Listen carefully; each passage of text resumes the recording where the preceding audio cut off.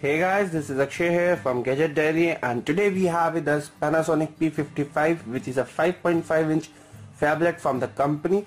So here's the device, and we are going to run 5 benchmark tests on the device to show you the performance and the capabilities of this device.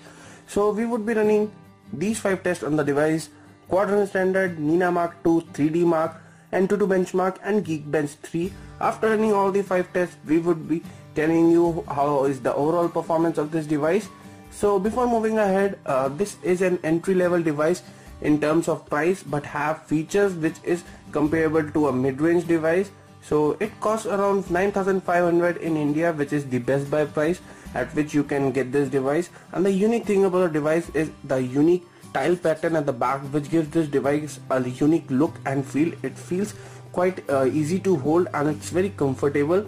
It comes with a 1.2 GHz quad-core processor along with a 1 GB of RAM. So let's get started. First of all, we would be running Quadrant Standard test on the device. So here are the results. It has scored an impressive 8,149 in the Quadrant Standard test. So as you can see, it's a pretty great score for a device which costs less than 10,000 and comes with a 5.5-inch display. So this is a pretty decent score. Let's move on to our second test, which would be Nina Mark II.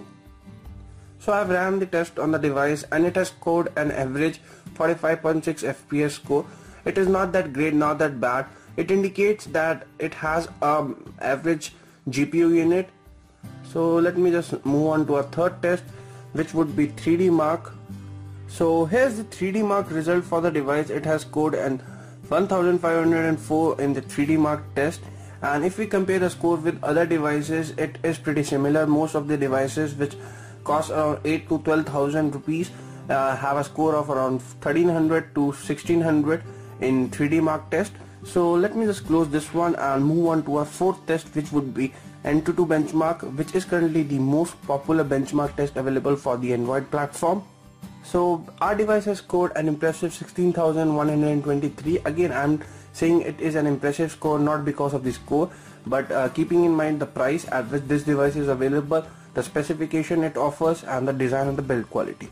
So at this price point, that is 9,500, you are getting a very well built device and which has a decent performance. So you can see it would be able to handle most of your daily needs, multitasking and mid-range games. So let me just close this one and move on to our last test, which is the Geekbench3. So here are the results for the Geekbench3 test. It has scored 327 in the single core test and 1115 in the multi-core test. So it's a pretty decent score. So let me just show you the comparison with other devices. So if you compare it with the Motorola Moto G, so you can see they are similar scores. And if I move on to the multi-core tab, you can see the Moto G is expensive than this device, comes with a smaller display, and we personally like the build quality of this device. So at this price point, you are getting a device which is better than other devices, which is more expensive than this device. So overall, we ran 5 benchmark tests on the device. These were Quadrant Standard, Nina Mark II, 3D Mark, Antutu benchmark and Geekbench3. The device performed pretty well in all the 5 benchmark tests we ran on the device. So clearly it can handle most of your daily needs.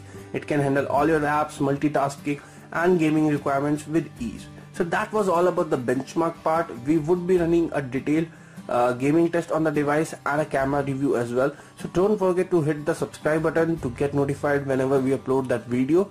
Till then, stay tuned and do subscribe to our YouTube channel for more such videos. Thanks for watching.